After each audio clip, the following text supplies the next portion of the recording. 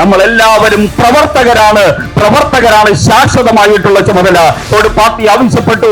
DGP ആയിട്ട് റിട്ടയറായി വന്നതിന് ശേഷം പാർട്ടി ശ്രീലേഖ മേഡത്തിനോട് ആവശ്യപ്പെട്ടു, ഇതാ കടന്നു വന്നിരിക്കുന്ന രാജീവ് ചന്ദ്രശേഖരും വി മുരളീധരനും വി ഗോപകുമാറും എന്ന് പറയുന്ന നമ്മുടെ ജനപ്രതിനിധികൾ എന്നത് അസാക്ഷാത്കാരത്തിന് വേണ്ടിയുള്ള പ്രയാണത്തിന്റെ 1-ാം ഘട്ടം പൂർത്തിയാകുക എന്നാണ് എന്ന് ചോദിച്ചാൽ, അതിനുശേഷം നമ്മൾ ഒരു മേയറെയും 2 മുനിസിപ്പൽ ചെയർമാൻമാരെയും അതോടൊപ്പം തന്നെ നിരവധി ഗ്രാമപഞ്ചായത്ത് മെമ്പർമാരെയും നമ്മൾ സൃഷ്ടിച്ചു. ഇനി ഈ കേരളത്തിലെ ഓരോ കൊച്ചുകുട്ടിയും പറയുകയാണ് മാറാത്തത് ഇനി മാറുമെന്ന്. അസാധ്യമെന്ന് എല്ലാവരും പറഞ്ഞ കാര്യങ്ങൾ നമുക്ക് സാധ്യമാക്കാൻ സാധിച്ചു. കഴിഞ്ഞ 70 വർഷക്കാലമായി കേരളത്തിൽ ഈ മഹാപ്രസ്ഥാനത്തിന്റെ ദിവ്യമാർന്ന പതാക ഉയർത്തിപ്പിടിക്കാനായി ജീവത്യാഗം ചെയ്ത നമ്മുടെ വീരരായിട്ടുള്ള ബലിദാനികൾ സ്വപ്നം കണ്ട ആ മഹത്തായ ദിശയിലേക്കുള്ള നമ്മുടെ പ്രസ്ഥാനത്തിന്റെ മുന്നോട്ടു പോക്കിന് ശക്തി പകർന്ന സുദിനമാണ് അസംബ്ലി തെരഞ്ഞെടുപ്പ് ഫലം പുറത്തു വന്ന 4-ാം തീയതി. അതുകൊണ്ട് തന്നെ ഇവിടെ സന്നിഹിതരായിരിക്കുന്ന നമ്മുടെ നിയുക്ത MLA-മാർ, ഭാരതീയ ജനതാ പാർട്ടിയുടെ ചിഹ്നം താമര ചിഹ്നത്തിൽ കേരളത്തിൽ വിജയിച്ച നിയുക്ത MLA-മാർ, ആ MLA-മാരെ സംസ്ഥാന ഓഫീസിലേക്ക് ആദ്യമായിട്ട് സ്വീകരിക്കുന്ന ഒരു ചടങ്ങാണിത്. ഈ ചടങ്ങിൽ ഇവിടെ സന്നിഹിതരായിരിക്കുന്ന ഈ MLA-മാർ കേരളത്തിലെ ബലിദാനികളുടെ സ്മരണയ്ക്ക് ഇന്ന് ഇവിടെ പ്രവർത്തിക്കുന്ന സഹപ്രവർത്തകർ നൽകിയ ഒരു ആശ്രുപുഷ്പങ്ങളൊക്കെ സമർപ്പിക്കപ്പെടുകയാണ്. ഈ നാട്ടിൽ നമുക്കറിയാം, കഴിഞ്ഞ 70 വർഷക്കാലമായിട്ട് ഇടതുപക്ഷവും വലതുപക്ഷവും മാറി മാറി ഭരിച്ച്, എന്നാൽ ഒരു പക്ഷമായിട്ട് അവർ ഒരുമിച്ച് മുന്നോട്ട് പോകുന്ന പ്രത്യേക രാഷ്ട്രീയ സാഹചര്യമാണ്. ഈ സാഹചര്യത്തിലാണ് ഇടതിനും വലതിനും ബദലായി നേരിന്റെ പാതയിൽ താമരയാങ്കിത ഹരിത കാവ്യ പതാകയ്ക്ക് 3 MLA-മാരെ സംഭാവന ചെയ്യാൻ പ്രബുദ്ധ കേരളം തയ്യാറായിരിക്കുന്നത്. ഈ 3 MLA-മാർ കേവലം 3 അല്ല, ഈ നാട്ടിൽ 30 MLA-മാർക്ക് സമാനരായിട്ടുള്ള ഏറ്റവും പ്രഗത്ഭരായിട്ടുള്ള 3 പേരെയാണ് കേരളം താമര ചിഹ്നത്തിൽ വിജയിപ്പിച്ചിരിക്കുന്നത്. ഒരാൾ 18 വർഷക്കാലം MP ആയിരുന്ന വ്യക്തിയാണ്, BJP-യുടെ സംസ്ഥാന അധ്യക്ഷനാണ്, അതോടൊപ്പം തന്നെ കേന്ദ്രമന്ത്രിയായിരുന്ന വ്യക്തിയാണ്. മറ്റൊരാൾ കഴിഞ്ഞ 10-30 വർഷക്കാലമായിട്ട് ദേശീയ തലത്തിൽ വിദ്യാർത്ഥി കാലഘട്ടം മുതൽ ദേശീയ തലത്തിൽ പ്രവർത്തിക്കുകയും വിവിധങ്ങളായിട്ടുള്ള ചുമതലകൾ ഏറ്റുവാങ്ങുകയും 6 വർഷക്കാലം ഇന്ത്യയുടെ രാജ്യസഭയിൽ അംഗമായിരിക്കുകയും ഇന്ത്യയുടെ പാർലമെന്ററി കാര്യ വകുപ്പ് സഹമന്ത്രിയായിട്ടിരിക്കുകയും ഒക്കെ ചെയ്ത ശ്രീ വി മുരളീധരനാണ് മറ്റൊരു MLA ആയിട്ട് കേരള അസംബ്ലിയിലേക്ക് എത്തുക. അതോടൊപ്പം തന്നെ 3-ാമൻ ഒരു സാധാരണ പ്രവർത്തകനായിട്ട് ഈ പ്രസ്ഥാനത്തിലേക്ക് വന്ന് സ്വന്തം നാട്ടിൽ ജനങ്ങളോടൊപ്പം ഒരു സേവകനായിട്ട് പ്രവർത്തിച്ച് ഏകദേശം 2 ദശാബ്ദക്കാലം ജനങ്ങളുടെ വിശ്വാസമാർജിച്ച് അവരുടെ സുഖത്തിലും ദുഃഖത്തിലും പങ്കാളിയായി ഏതൊരു സാധാരണ പ്രവർത്തകനും താമര ചിഹ്നത്തിൽ ഒരു MLA ആകാമെന്ന് തെളിയിച്ച വ്യക്തിത്വമാണ് ശ്രീ BB ഗോപകുമാർ. ഈ 3 വ്യക്തിത്വങ്ങൾ കേരളത്തിന്റെ അസംബ്ലിയിലേക്ക് എത്തുക എന്നത് ഈ കേരളം ആഗ്രഹിക്കുന്ന ഉജ്ജ്വലമായിട്ടുള്ള ഒരു മുഹൂർത്തമായിട്ടാണ് കേരളം കാണുന്നത്. കേരളത്തിൽ താമര ചിഹ്നത്തിൽ വോട്ട് ചെയ്യാത്തവർ പോലും ആഗ്രഹിക്കുന്നു BJP-യുടെ കരുത്തരായിട്ടുള്ള ജനപ്രതിനിധികൾ അസംബ്ലിക്കുള്ളിൽ ഉണ്ടാകണമെന്ന്.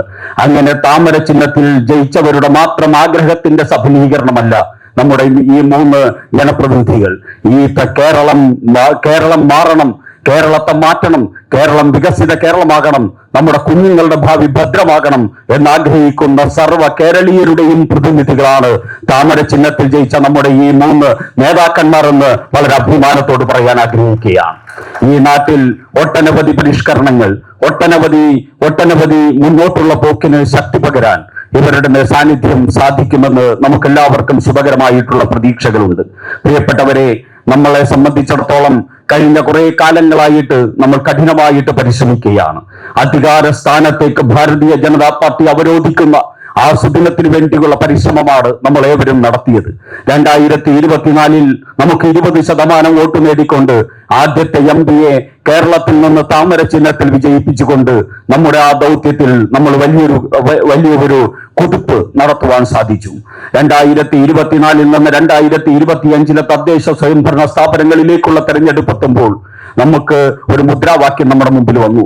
കഴിഞ്ഞ മാർച്ച് 24 തീയതി പാർട്ടിയുടെ സംസ്ഥാന അധ്യക്ഷനായിട്ട് ചുമതല ഏറ്റെടുത്ത ശ്രീ രാജീവ് ചന്ദ്രശേഖർ അദ്ദേഹം ചുമതല ഏറ്റെടുക്കുന്ന നിമിഷം മുഴക്കിയ ഒരു മുദ്രാവാക്യമുണ്ട്, മാറാത്തത് ഇനി മാറും എന്ന മുദ്രാവാക്യം.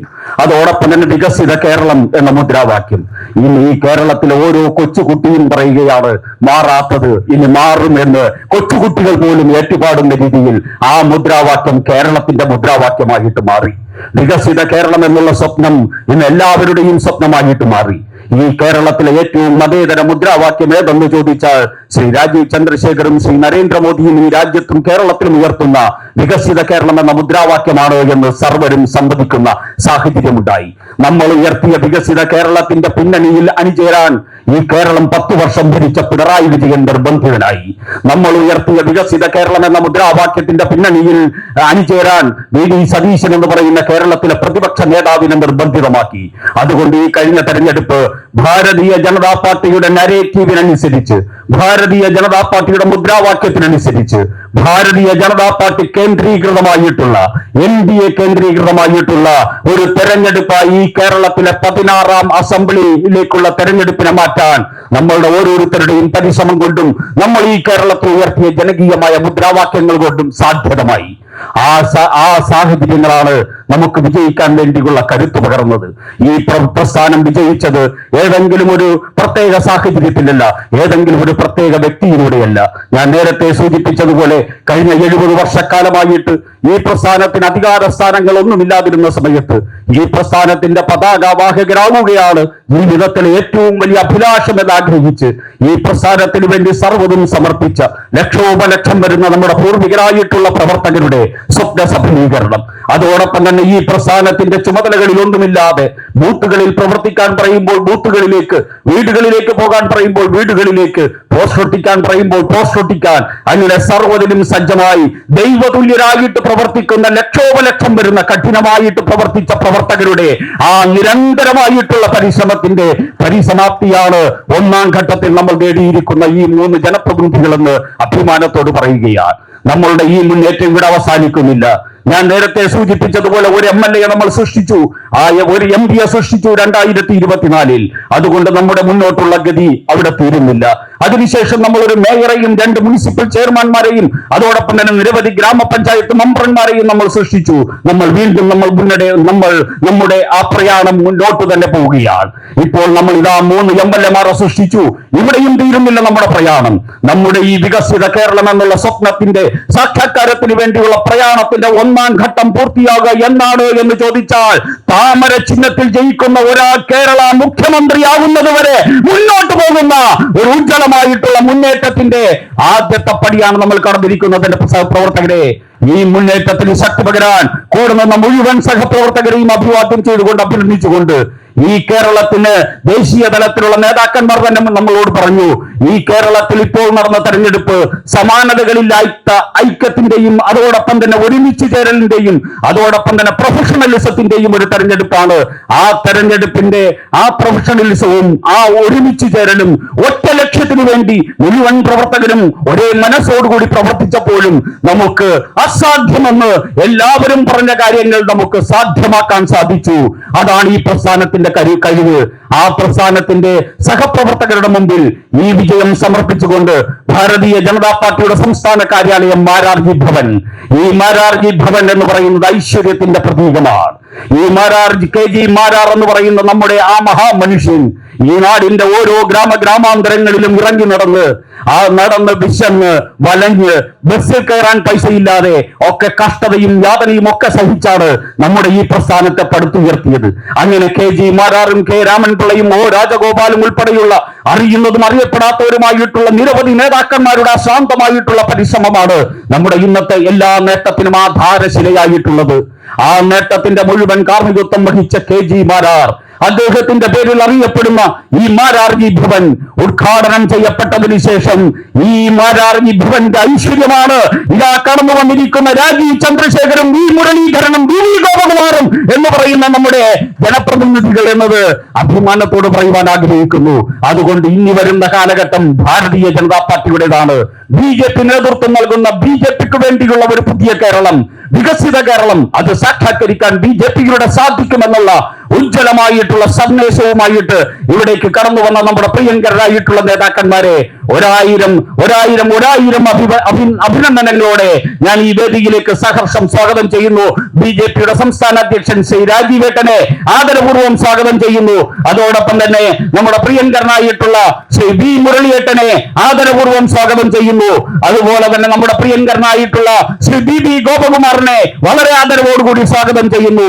ഇവിടെ സന്നിഹിതരായിരിക്കുന്ന പാർട്ടിയുടെ മുൻ സംസ്ഥാന അധ്യക്ഷൻ ശ്രീ PK സ്വീകരണങ്ങൾ ഇതിന് ശേഷമാണ്. ഇവിടെ സന്നിഹിതരായിരിക്കുന്ന ശ്രീ PK കൃഷ്ണദാസ് പാർട്ടിയുടെ സംസ്ഥാന അധ്യക്ഷൻ നിരന്തരമായിട്ടുള്ള പ്രവർത്തനത്തിലൂടെ ഇപ്പോഴും അദ്ദേഹം പാർട്ടി നിയോഗിച്ച പ്രകാരം പ്രവർത്തിച്ചു. പക്ഷെ അദ്ദേഹത്തിന് ജയിക്കാൻ സാധിച്ചില്ല. ഈ പാർട്ടിയിൽ അംഗീകരിക്കപ്പെടുന്നവർ ജയിച്ചവരും അതോടൊപ്പം തന്നെ ജയിക്കാൻ വേണ്ടി കഠിന പ്രയത്നം ചെയ്തവരും ഈ പാർട്ടിയിൽ അംഗീകരിക്കപ്പെടുന്നവരാണ്. അതുപോലെ തന്നെ ജയിപ്പിക്കാൻ വേണ്ടി കഠിന പ്രവർത്തനം ചെയ്ത സഹപ്രവർത്തകരും ഈ പാർട്ടിയിൽ അംഗീകരിക്കപ്പെടുന്നവരാണ്.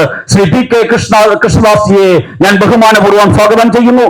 പാർട്ടിയുടെ സംസ്ഥാന ഉപാധ്യക്ഷ ശ്രീമതി നമ്മുടെ പ്രിയപ്പെട്ട ശ്രീലേഖ IPS പാർട്ടി ഏൽപ്പിച്ച ഓരോ ദൗത്യവും അഭിമാനത്തോടെ ഏറ്റെടുത്ത നമ്മുടെ പ്രിയങ്കരിയായിട്ടുള്ള നേതാവാണ് ശ്രീമതി ശ്രീലേഖ IPS. അവരോട് പാർട്ടി ആവശ്യപ്പെട്ടു, DGP ആയിട്ട് റിട്ടയർ ആയി വന്നതിന് ശേഷം പാർട്ടി ശ്രീലേഖ മേഡത്തിനോട് ആവശ്യപ്പെട്ടു കൗൺസിലറേക്ക് ഒരു വാർഡിലേക്ക് മത്സരിക്കാൻ ആവശ്യപ്പെട്ടു. ആ സമയത്ത് ആ വനിത, ധീരയായ വനിത പറഞ്ഞത് എന്താണെന്നറിയാമോ?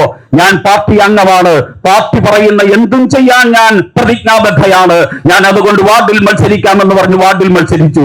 ശാസ്തമംഗലത്തെ ജനത അവരെ തെരഞ്ഞെടുത്തു. അതുപോലെ തന്നെ അതിനുശേഷം അസംബ്ലിയിൽ മത്സരിക്കാൻ പറഞ്ഞു. ആ മഹതിയായിട്ടുള്ള വനിത അതിനും തയ്യാറായി. ഈ പ്രസ്ഥാനത്തിന് വേണ്ടി കഠിനമായിട്ട് പരിശ്രമിക്കാൻ, ത്യാഗപൂർണമായിട്ട് പരിശ്രമിക്കാൻ എപ്പോഴും സന്മനസ് കാണിച്ചിട്ടുള്ള ആ മഹതിക്ക് ഈ ഭാരതീയ ജനതാ പാർട്ടിയുടെ ഈ പരിപാടിയിലേക്ക് സഹർഷം സ്വാഗതം ആശംസിക്കുകയാണ്. അതുപോലെ തന്നെ നമ്മുടെ പ്രിയങ്കരനായിട്ടുള്ള ശ്രീ AN രാധാകൃഷ്ണൻ NDAയുടെ വൈസ് ചെയർമാൻ എന്ന നിലയിൽ ഈ തെരഞ്ഞെടുപ്പ് വേളയിൽ 24 മണിക്കൂറും സജീവമായി നമ്മുടെ സംഘടന ഘടക കക്ഷികളുടെ കോർഡിനേഷൻ ഭംഗിയായിട്ട് നിർവഹിച്ച ശ്രീ AN രാധാകൃഷ്ണൻ അവർകളെ സ്വാഗതം ചെയ്യുന്നു. പാർട്ടിയുടെ സംസ്ഥാന ജനറൽ സെക്രട്ടറിമാരായിട്ടുള്ള ശ്രീ MD രമേശ് ഈ തെരഞ്ഞെടുപ്പിൽ വളരെ ക്രിയാത്മകമായിട്ടുള്ള പ്രവർത്തനത്തിന് നേതൃത്വം നൽകിയ നമ്മുടെ ഏറ്റവും സീനിയർ ആയിട്ടുള്ള സംസ്ഥാന ജനറൽ സെക്രട്ടറിയാണ് ശ്രീ MD രമേശ് അവർകളെ ഞാൻ സ്വാഗതം ചെയ്യുകയാണ്. അതുപോലെ തന്നെ ശ്രീ അനൂപ് ആന്റണി, നമുക്കെല്ലാവർക്കും അറിയാം നമ്മുടെ ദുഃഖമാണ് അനൂപ് ആന്റണി കേരളത്തിന്റെ അസംബ്ലിയിലേക്ക് എത്തിയില്ല എന്നുള്ളത്. നമ്മുടെ മാത്രമല്ല, സാക്ഷാൽ നരേന്ദ്രമോദിയുടെയും ദുഃഖമാണ്. പക്ഷേ അനൂപ് ആന്റണിക്ക് ഇനിയും ഏറെ അവസരങ്ങൾ കാത്തിരിക്കുന്നു. ശ്രീ അനൂപ് ആന്റണി നമ്മുടെ വേദിയിലുണ്ട്. അനൂപ് ആന്റണിയെയും ഞാൻ സഹർഷം സ്വാഗതം ചെയ്യുന്നു. പാർട്ടിയുടെ മുഴുവൻ നേതാക്കന്മാർ, ഞാൻ എല്ലാവരുടെയും പേരെടുത്ത് പറയുന്നില്ല, പാർട്ടിയുടെ തിരുവനന്തപുരം നഗരത്തിൽ 2 MLA-മാരെ സൃഷ്ടിക്കുന്നതിന് നേതൃത്വം നൽകിയ, തിരുവനന്തപുരത്ത് മേയറെ സൃഷ്ടിക്കുന്നതിന് നേതൃത്വം നൽകിയ പാർട്ടിയുടെ ജില്ലാ അധ്യക്ഷൻ ശ്രീ കരമന ജയൻ അവർകൾ ഇപ്പോൾ സ്ഥാനാർത്ഥിയായിരുന്നു. ഓരോ നിമിഷവും നമ്മൾ ഉദ്യോഗജനകമായിരുന്ന നിമിഷങ്ങളായിരുന്നു. ശ്രീ കരമന ജയൻ ജയിക്കുമെന്നുള്ളൊരു പ്രതീതി ഉണ്ടായിരുന്നു. അദ്ദേഹത്തെയും ഞാൻ സ്വാഗതം ചെയ്യുന്നു. അതുപോലെ തന്നെ കൊല്ലം ജില്ലാ പ്രസിഡന്റ്, ചാത്തന്നൂർ നിയോജക മണ്ഡലത്തിന്റെ ഇൻചാർജ് ആയിരുന്ന കൊല്ലത്തെ ജില്ലാ പ്രസിഡന്റ് ശ്രീ പ്രശാന്ത് അവർകൾ ഇവിടെയുണ്ട്. പ്രശാന്തിനെയും ഞാൻ സഹർഷം സ്വാഗതം ചെയ്യുന്നു ഈ വേദിയിലേക്ക്. പാർട്ടിയുടെ മറ്റ് സംസ്ഥാന ഭാരവാഹികൾ എല്ലാവരും ശ്രീ JR പത്മകുമാർജി, ഇലക്ഷൻ ഓഫീസിന്റെയും അതോടൊപ്പം തന്നെ ഇലക്ഷൻ മാനേജ്മെന്റിന്റെയും ലീഗൽ ഇലക്ഷൻ കമ്മീഷൻ തുടങ്ങിയ കാര്യങ്ങളിൽ വ്യാപകൽ വ്യത്യാസമില്ലാതെ കഠിനമായിട്ട് പരിശ്രമിച്ച പാർട്ടിയുടെ സംസ്ഥാന സെക്രട്ടറി JR പത്മകുമാർ അവർകളെ ഞാൻ സ്വാഗതം ചെയ്യുന്നു. അതുപോലെ വേദിയിൽ സന്നിഹിതരായിരിക്കുന്ന പാർട്ടിയുടെ മുഴുവൻ നേതാക്കന്മാരെയും ഞാൻ ഒരിക്കൽ കൂടി സ്വാഗതം ആശംസിച്ചുകൊണ്ട്, സമയത്തിന്റെ കുറവ് കാരണം ഞാൻ എല്ലാവരുടെയും പേര് പറയുന്നില്ല. എല്ലാം നമ്മുടെ നേതാക്കന്മാരും സഹപ്രവർത്തകരുമാണ്.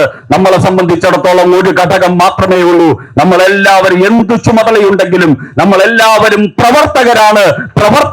ശാശ്വതമായിട്ടുള്ള ചുമതല. എല്ലാ പ്രവർത്തകരെയും ഞാൻ സഹർഷം ഈ വേദിയിലേക്ക് സ്വാഗതം ചെയ്തുകൊണ്ട് എന്റെ വാക്കുകൾക്ക് വിരാമം കുറിക്കുന്നു. ജയ് ഭാരത് മാതാ.